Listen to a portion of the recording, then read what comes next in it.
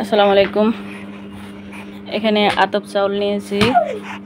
গ্রামের মধ্যে যেরকম পিন্নি রান্না করে মিলাদ পড়ানো হয়, তো আজকে মন চাইলো খাওয়ার জন্য আমি রান্না করব। তা আপনাদের সাথে একটু শেয়ার করতেছি। তো আমি চাউলগুলো আধা কেজি চাউল নিয়েছি। এখন ধুয়ে নিলাম চাউলগুলো, তো পানি দিলাম, পানিতে তেজপাতা এলাচ দিলাম। দারুচিনি ছিল না, তাই দারুচিনি দিতে পারি নাই। এখানে মিঠাই নিয়েছিলাম, পুতা দিয়ে এটাকে থেতলিয়ে নেব।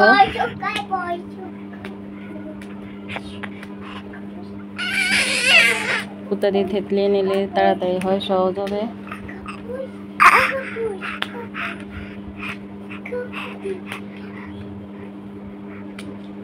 তো এখন আমার থেতলানো হয়ে গেছে, আমি পাতিলে ঢেলে দেব।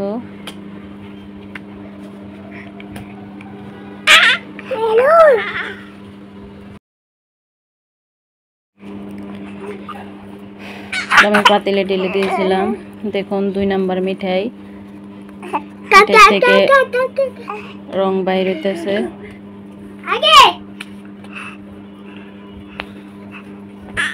আমি চাউল দিলাম, মিঠাই দিলাম আর তেজপাতা লং দিলাম। ধীরে ধীরে সব কিছু দিতেছি আর আপনাদের সাথে শেয়ার করতেছি। আপনাদের সাথে অল্প একটু শেয়ার করি।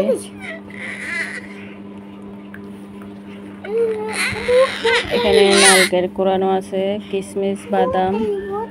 আমি এগুলো হওয়ার আগ মুহূর্তে 10 মিনিট আগে দেব। বলক চলে এসেছে। আমি স্বাদ মতো লবণ দিয়েছিলাম, লাগলে আবারও দিব।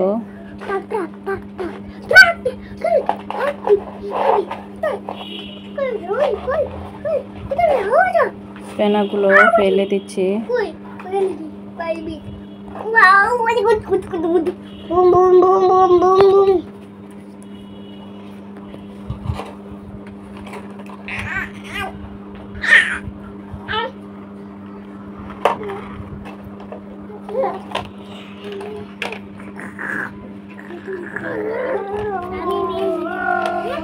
আমার চাউল প্রায় সিদ্ধ হয়ে এসেছে।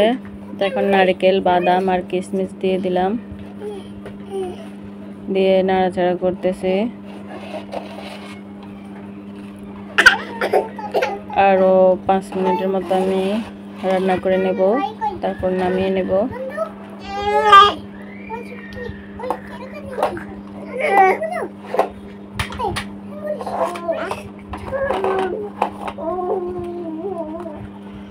এখন চুলার জালটা এই মুহূর্তে নিভিয়ে দিব, কারণ আর জুড়িয়ে গেলে বসে যেতে পারে,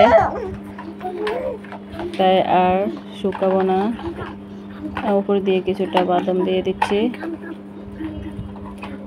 আপনাদের কাছে কেমন লাগলো অবশ্যই জানাবেন কমেন্টে।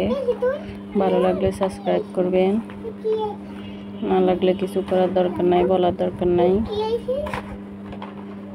তো একটা ভিডিওতে দেখলাম একজনে অনেক সুন্দর করে একটা কেক বানাইলো, আর একজনে কমেন্ট করলো গুড় মতন হয়েছে। তো খাবার জিনিস কখনো পায়খানার সাথে তুলনা করবেন না, সেটা যেমনই হোক, আল্লাহর নিয়ামত। ভালো থাকবেন, সুস্থ থাকবেন। আসসালামু আলাইকুম।